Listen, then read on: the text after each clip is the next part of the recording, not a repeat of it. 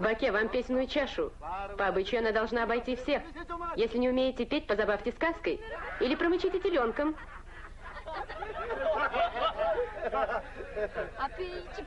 Неужели выпьет?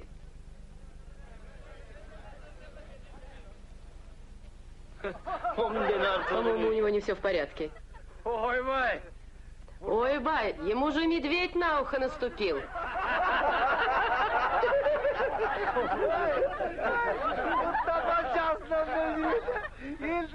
Нацепил на бок маузер и забыл все наши обычаи.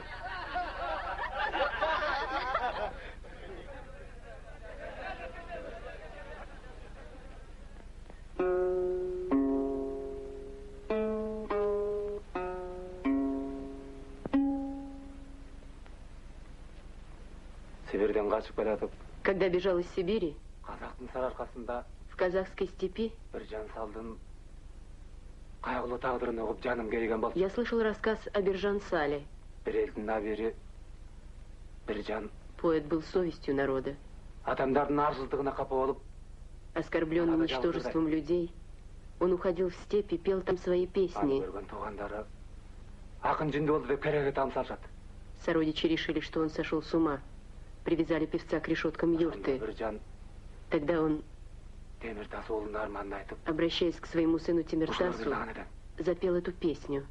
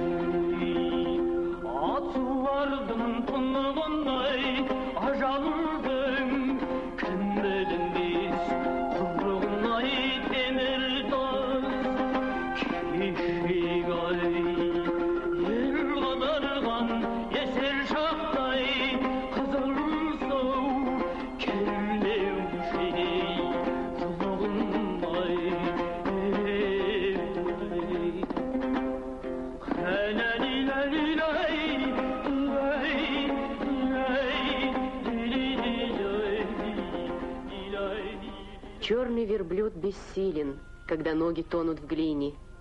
Люди проклинают землю, потеряв в себе святость. Я, Биржан, гордость всех 3 казахских земель, из жизни ухожу, не найдя ее смысла. Запомни, мой сын Тимиртас.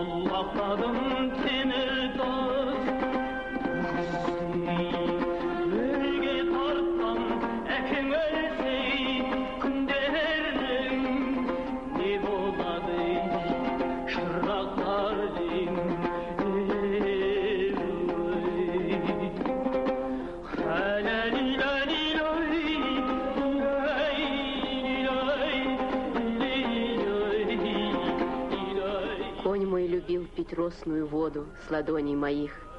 Знаю, что уже седок ему не тихий предназначен. Я был отцом, что тащил груз жизни, как вол. С ним ухожу, чтоб ты нес свою лишь поклажу.